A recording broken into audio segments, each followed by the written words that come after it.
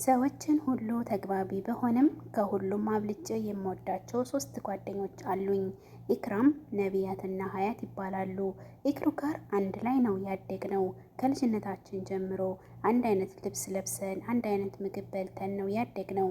ኢክራም እዚህ ቀረሽ የማትባል ሁሉን አሟልቶ የሰጣት ቆንጆ ነች። የተስተካከለ ተክለ ቁመና ያላት፣ የፊቷ ጥራትና ቅላት ሊፈርጥ የደረሰ እንኮይ ይመስላል። ውድና የተከበራችሁ የቻናል ቤተሰቦች አሰላሙ አለይኩም ወራህመቱላሂ ወበረካቱሁ። ለቻናል አዲስ ከሆናችሁ ላይክ፣ ሸር፣ ሰብስክራይብ በማድረግ ቤተሰብ ይሁኑ። ነባሮች ብታበረታቱ ምስጋና ከልብ ነው። ዛሬም በአዲስ ተከታታይ ትረካ መጥቻለሁ። የታሪክ ርዕስ የህልም ባሌን ባገኘሁት ክፍል 1። ጸሐፊ ሰሚራ መሐመድ። ኢማን እባላለሁ። ተወልጄ ያደግኩት በኮምቦልቻ ከተማ ነው። ለቤተሰቦቼ የመጨረሻ ልጅ ነኝ። አባቴና ታላቅ ወንድሜ ሷሊህ በንግድ ስራ ላይ ተሰማርተዋል። እናቴ የቤት እመቤት ነች። ቤተሰቦቿን መንከባከብ ከስራዎች ሁሉ በላጭ ነው። ለእናቴ እቤት የመጨረሻ ልጅ በመሆኔ ሁሉም ይሳሱልኛል። የምፈልገውን ምንም ሳይጎድል ይሞሉልኛል። አባቴ ኢማኔ፣ የኔ ኢማን ብሎ ይጠራኛል። ወንድሜ ታናሼ፣ እናቴ ደግሞ ስስቴ ብላ ትጠራኛለች። ብቻ ሁሉም በራሳቸው ፍቅራቸውን በሚገልጽላቸው ቃላት ይጠሩኛል። እኔ በባህሪዬ ተጫዋችና ተግባቢ ነኝ። ኩርፊያ ብሎ ነገር አልፈጠረብኝም። ሁሌም መሳቅ አመሌ ነው። ነገሮችን በቀጥታ አመጣጣቸው አምኜ እቀበላለሁ። ሰው ይጎዳኛል፣ መጥፎ ነገር ያደርግብኛል ብዬ አላስብም። ሁሉንም ሰው በአንድ አያለሁ።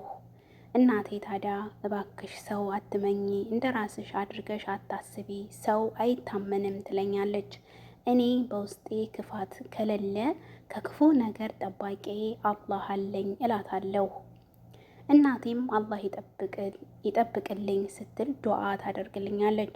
ሰዎች ግን ተግባቢ በሆንም ከሁሉም አብልጬ የምወዳቸው ጓደኞች አሉኝ። ኢክራም፣ ነቢያትና ሀያት ይባላሉ።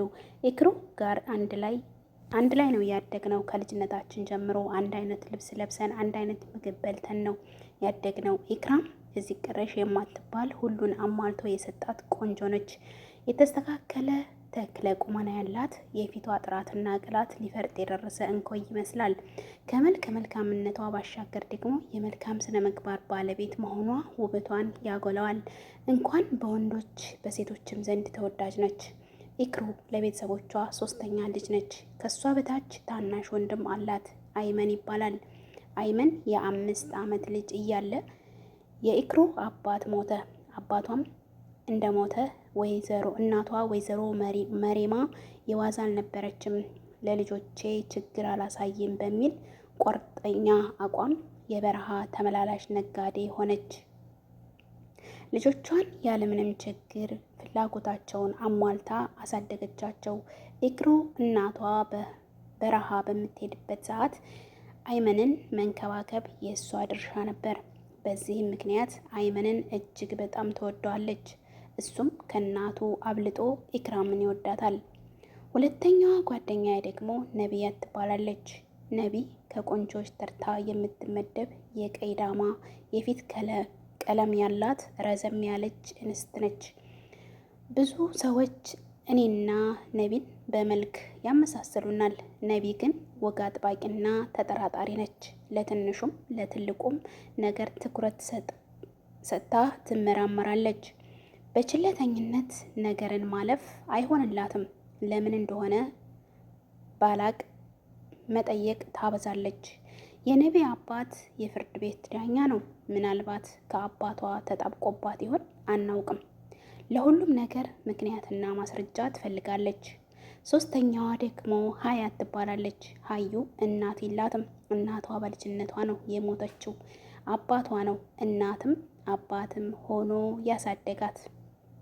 እንዴ አይኑ ብሌን ይሳሳላታል። ምንም ነገር ፈልጋ አያሳጣትም። ሀዩም ለአባቷ ልዩ ፍቅር አላት። ህይወት የሰጠኝ በዚች ምድር የሚኖርልኝ የምኖርለት አባቴ ብቻ ነው ትላለች።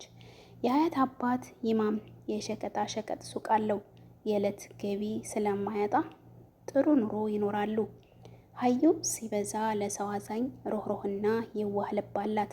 ሰዎችን ያለ አንዳች ጥቅም ለአላህ ብላ መውደድ ትችላለች። ግን ተፈጥሮዋ ሆኖ ስታወራ በጣም እየጮኸችና እየፈጠነች ነው። በዚህ የተነሳ እስኪ ዝም በይ ድምፅሽን ቀንሺ የተባለችበት ጊዜ ብዙ ነው። አስታውሳለሁ የ12ኛ ክፍል ተማሪዎች ሆነን በስፖርት ክፍለ ጊዜ ዮናስ ከሚባል ልጅ ጋር አትጮሂብኝ ብሎ ሰድቧት ተጣሉ። መምህሩ ተቆጥቶ አባረራቸው። እኛም ከመምህሩ ጋር ለማስታረቅ ልመና ጀመርን። ወላጅ ሳታመጣ አትገባም ብሎ እምቢ አለ። ኢክራም እንደምንም ለምና አስታረቀቻቸው እና ወደ ክላስ ስንሄድ ኢኮኖሚክስ መምህራችን ብርሃኑ ገብቶ ማስተማር ጀምሯል። እሱ ከገባ በኋላ በር አንኳኩቶ መግባት የማይታሰብ ነው። ገና ቀድሞ ክላስ ከመጀመሩ በፊት አስጠንቅቆናል። ከገባሁ በኋላ ማንም እንዳይመጣ በዛው ይቅር ብሎ አስጠንቅቆናል። ስለዚህ ክፍለ ጊዜው እስከሚያልቅ ውጭ ላይ መቀመጥ ግዴታ ነው። ነቢ ጎበዝ ተማሪ ነች። በትምህርት ቀልድ አታውቅም። አሁን ክላስ ባለመግባቷ ትምህርት እያለፋት ስለሆነ ተናዳለች።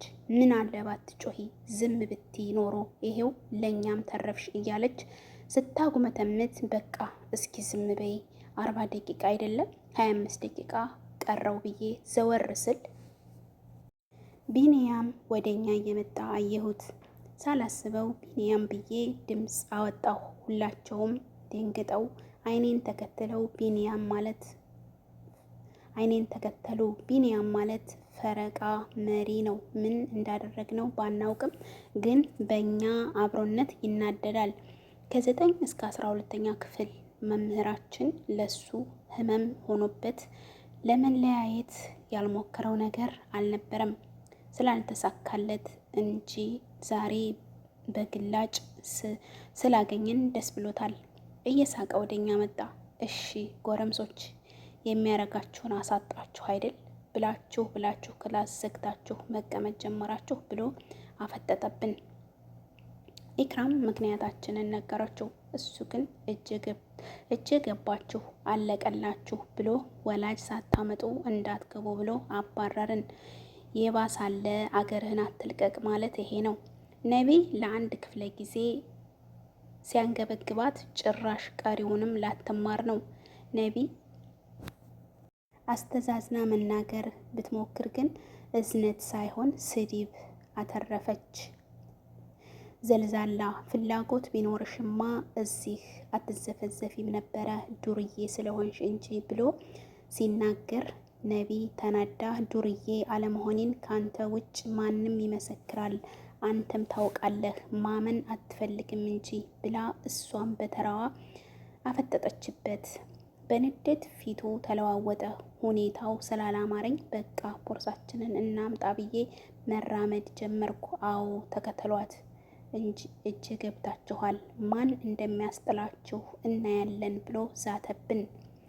ቦርሳችንን ይዘን ከግቢ ወጥተን ወደ ሀዩ ቤት ሄድን። አባቷ ሱቅ ስለሚውል ቤት ማንም የለም። ምሳችንን በልተን ስንጫወት ውለን በትምህርት መውጫ ሰዓት ወደ ቤታችን ሄድን። በሚቀጥለው ቀን ክላስ ገባን። ግን ገና በአንደኛው ክፍለ ጊዜ መጣና ወላጅ ሳታመጡ አትገቡም ብሎ አባረረን።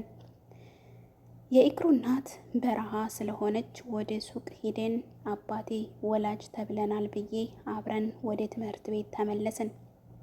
ቢሮ ገብተን መምህሩን ስለኛ የማይታመን ነገሮች ለአባቴ ይነግረው ጀመር። አባቴ በንዴት ፊቱ ሲቀላ ይታየኛል። እናቴ ለካ ሰው ሁሉ እንዳንቺ አይደለም ያለችኝ እውነቷን ነው። ውሸቱስ ከየት ነው የሚመጣለት? የምሰማው የውሸት ዜና አፌን አስከፍቶ አድርቆ ቀረ። አባቴ ንዴቱ ጣራ ነካ። በጥፊ መታኝ። አይኑን አፍጥጦ ወደ ኢክራም ዞረ። በቃ አደጋችሁ፣ የእድገታችሁ ፍሬ ይህ ነው። ለእኛስ የፍላጎታችን ዋጋ ክፍያው ይህ ነው እያለ ይጮሃል። ኢክሩ የምትናገረው ጠፍቶባት አንገቷን ደፍታ ዝም አለች። እኔ ከአይኔ እንባ ያለማቋረጥ ይፈሳል። አባቴ ለመጀመሪያ ጊዜ መታኝ። ያስለቀሰኝ ግን ከጥፊው በላይ አባቴ እኔን አለማመኑ ነበረ። የተነገረውን አምኖ እኔን መታኝ። እንባ መልስ ሲሰጥ ይመስል ከመናገር ይልቅ ማልቀስን መረጥኩ። እንደዛ ሆኜ ሲያየኝ ደስታው ፊቱ ላይ ያስታውቃል። አሁን አትነፋረቂ፣ ቀድሞ ነበር መጠንቀቅ። ተመልከቺ ባንቺ አባትሽ ምን ያህል አንገቱን እንዳስደፋሹ አሳፋሪ አለኝ። ያ አላህ፣ የሰው ልጅ እንዴት በውሸት ይኖራል? ልቤን አመመኝ፣ ውሸቱ አንገሸገሸኝ። በዚህ ሁኔታ ነቢያት ከአባቷ ጋር መጣች። ግቡ፣ አንቺም አመጣሽ፣ ያችኛዋስ የት ቀረች? አለ። ቁጭ በሉ ብሎ የውሸቱን ዜና ለነቢ አባት ለመናገር ሲያኮበኩብ በር ተንኳኳ። ሀዩም አባቷን ይዛ መጣች። አሁን አራታችንም አንድ ላይ ነን። ለሀዩና ለነቢ አባት ለአባቴ የነገረውን ደገመላቸው። በጣም ዱርዬና አስቸጋሪዎች ናቸው። ትምህርት አይማሩም። በተደጋጋሚ መክረናቸው ከአቅም በላይ ሆነዋል። ሁሉም መምህር በነሱ ተማሯል። መምህር ላይ ይሳለቃሉ። ከመማር ይልቅ የነሱ ስራ መምህርን ማሸማቀቅ ነው። ከአቅማችን በላይ ሆነዋል። አሁን እናንተ ኃላፊነት ወስዳችሁ የመጨረሻ ማስጠንቀቂያ ፈርመው ድጋሜ ከተገኙ ያለምንም ርህራሄ ይባረራሉ ብሎ ነገራቸው። የሀዩ አባት የአባቴን ንዴት ተጋባበት። ከጎኑ ብትሆን ኖሮ የኔ እጣ እንደሚደርስባት አልጠራጠርም። የነቢያት አባት ቆይ እስኪ እንዴ እንነጋገር አለና እኛ እኮ ልጆቻችንን ትምህርት ቤት የምንልከው በእናንተ ጥበቃ ስር ናቸው ብለን እንጂ እንዲህ መረን ለቀው ሲጠፉ እናንተ ለምን ቀድማችሁ አላስጠራችሁንም? አሁን እያልክ ያለከው ከአቅም በላይ እንደሆነ ነገርከን። ይሄ ደግሞ እናንተን ተጠያቂ ያደርጋችኋል። ምክንያቱም ችግሩን ከልጆቻችን ጋር መክረን መፍትሄ እንዳንፈልግ በጊዜ ማሳወቅ ሲገባችሁ ከረፈዴ መጨረሻ ላይ ሲደርሱ ተጠራን። ለእነዚህ ልጆች መጥፋት ትምህርት ቤቱ ተጠያቂ ነው ብሎ ሲናገር ያ ውሸት እየቀላጠፈ ሲናገር የነበረው ምላሱ አሁን ድመት በላችሁ መሰል ዝም አለ። ለጥላት አረቀህ ጉድጓድ አትቆፍር፣ አንተም ልትገባበት ትችላለህና የሚለው አባባል እውነት ነው። አሁን ተራው የሱ ሆነ። አይኑ ፈጠጠ። ውሸቱ ገባቸው። ውሸታምነቱ ሲጋለጥ ደስ አለኝ። መመታቴ ግን አስቆጥቶኛል። አባቴ አሁን እውነቱ ሲገባው ተጸጸተ። አቀፈኝና ወደ ደረቱ አስጠጋኝ። እንዳኮረፍኩት እንዳያውቅ እጄን አንስቼ ከአቅፉ ወጣሁ። አባቴ ዝም ብሎ አየኝ። ኢማኔ አለኝ። ስሜን ሲጠራኝ ኩርፊያዬ ብን ብሎ ጠፋ። ልጅ አባቱን አያኮርፍም እኮ አለኝ። አንተ ያሳደግካትን ኢማን ማወቅ ነበረብህ። የኔ ኢማን እንዲህ አይደለችም ሳትል የነገረህን አምነህ መታሃኝ። ከጥፊው በላይ ያመመኝ እኔን አለማመንህ ነበረ ብዬ እቅፍ ውስጥ ገባሁ። ይቅርታ አድርግልኝ ብሎ ግንባሬን ሳመኝና አባቴ ጋር ታረቅን። ወደ ክላስ ገባን፣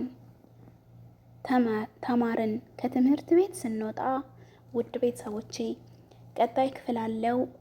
እስከዛው ድረስ ላይክ፣ ሼር፣ ሰብስክራይብ እያደረጋችሁ አበረታቱኝ።